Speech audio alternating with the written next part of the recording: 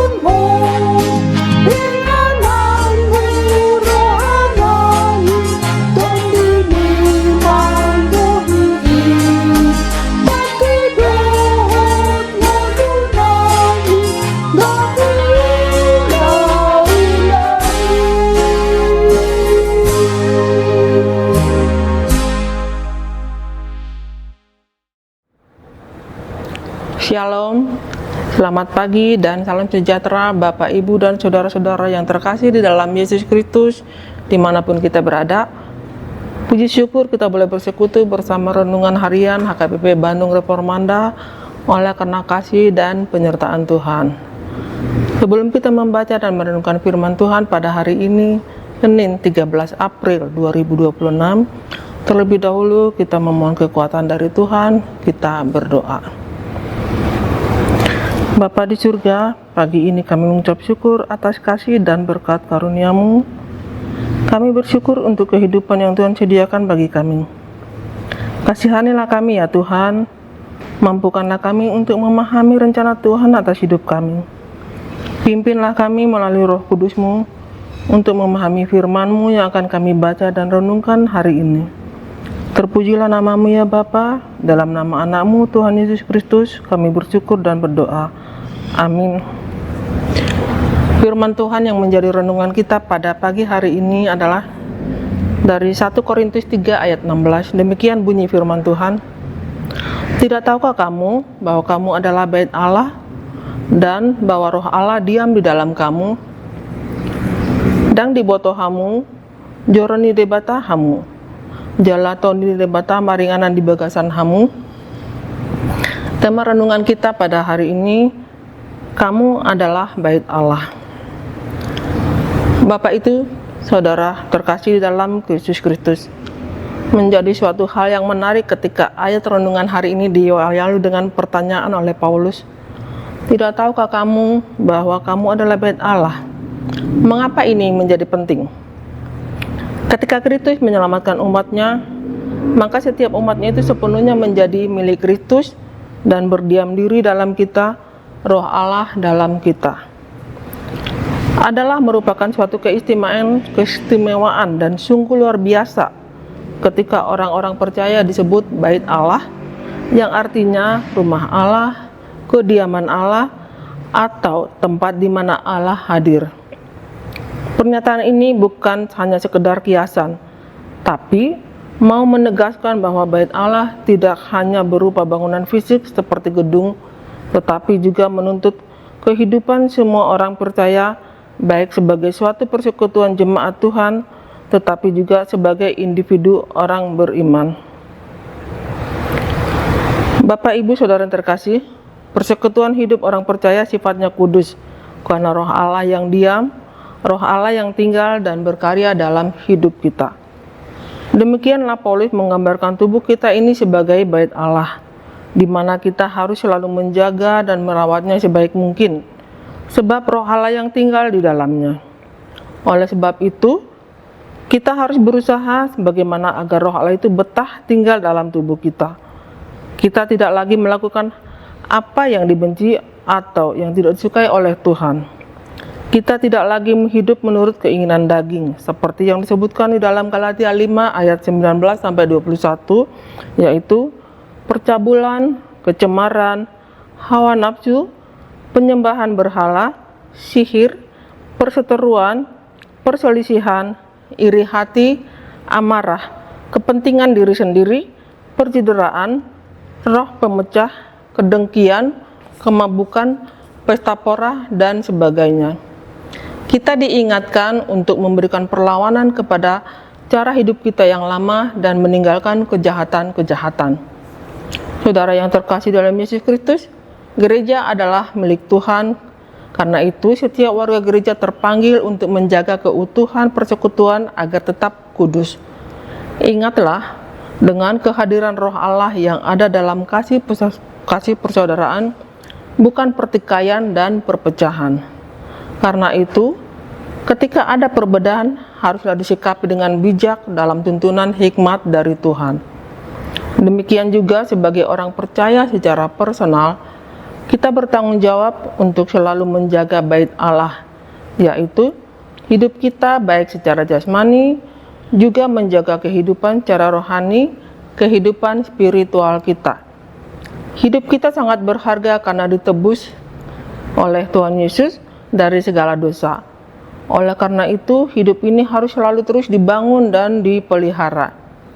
Sebagai bait Allah, tempat kediaman Roh Allah, tubuh kita haruslah hidup menurut kehendak Roh, yakni penuh dengan kasih, sukacita, damai sejahtera, kesabaran, kemurahan, kebaikan, kesetiaan, kelemah lembutan, dan penguasaan diri. Hal ini tercantum di dalam Galatia 2 ayat 22-23. Marilah kita memuliakan Tuhan melalui tubuh kita dalam setiap apa yang kita perbuat. Selain itu, karena tubuh kita adalah bait Allah, maka kita harus bertanggung jawab untuk menjaga kesehatannya. Jangan dirusak oleh cara dan pola hidup yang tidak sehat dan tidak bertanggung jawab. Ingat, tubuhmu adalah bait Allah, milik Allah, maka harus dijaga, dirawat, dan dipelihara dengan baik. Jika persekutuan Kristen adalah sesuatu yang kudus, tempat Allah bersemayam, janganlah kiranya dicemari, dikotori, atau dirusak oleh manusia. Entah karena pikiran-pikiran yang mau merusak atau bahkan memecah, menghancurkan gereja, entah karena perselisihan, pikiran yang tidak baik, perbuatan tidak bermoral, dan lain sebagainya. Peringatan ini diberikan agar orang percaya tidak memberikan diri untuk berhamba oleh apapun. Hal ini jelas mengindikasikan bahwa kita tidak berhak lagi menggunakan bait Roh Kudus ini untuk kepentingan apapun selain untuk kepentingan Tuhan.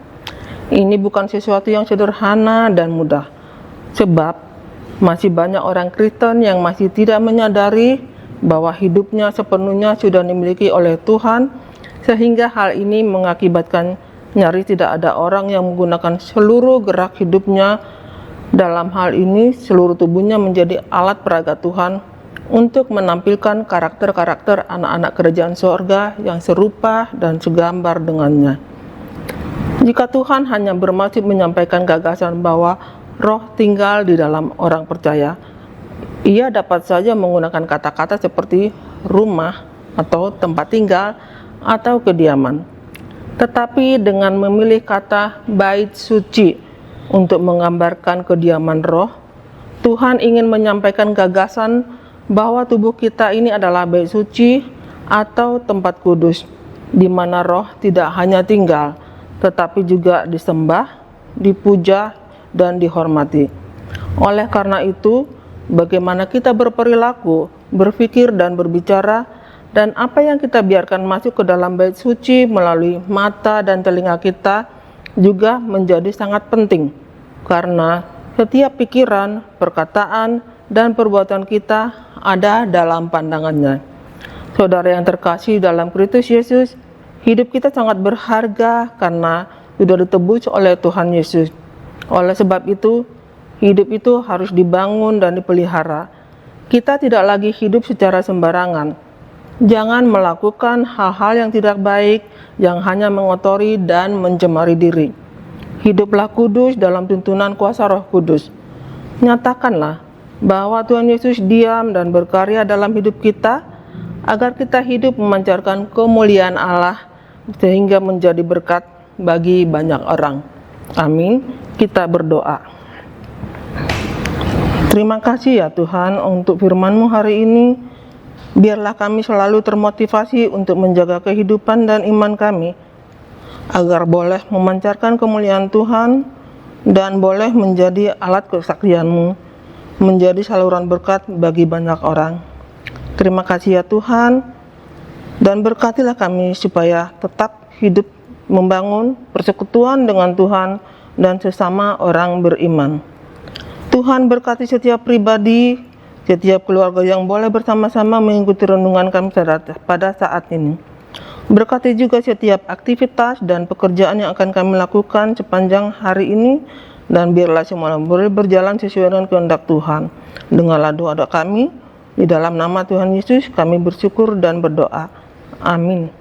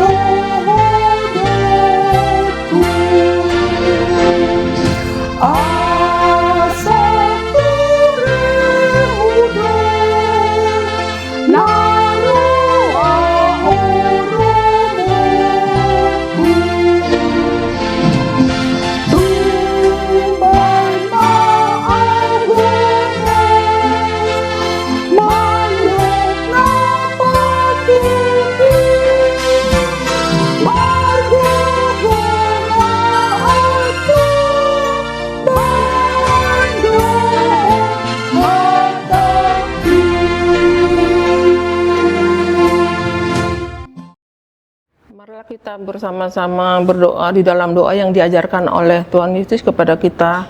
Dalam doa Bapa kami, kita berdoa. Bapa kami yang di surga, dikuduskanlah nama-Mu, datanglah kerajaan-Mu, jadilah kehendak-Mu di bumi seperti di surga. Berikanlah kami hari ini makanan kami secukupnya, dan ampunilah kami akan kesalahan kami, seperti kami juga mengampuni orang yang bersalah kepada kami. Dan janganlah membawa kami ke dalam pencobaan, tetapi lepaskanlah kami daripada yang jahat, karena Engkau yang punya kerajaan, dan kuasa, dan kemuliaan sampai selama-lamanya. Amin. Kasih karunia Tuhan Yesus Kristus dan kasih Allah dan persekutuan Roh Kudus menyertai kita selamanya. Amin. Demikian renungan kita pagi ini. Selamat berkarya bagi Tuhan. Tetap semangat, tetap sehat. Salam Reformanda Masiha Holongan.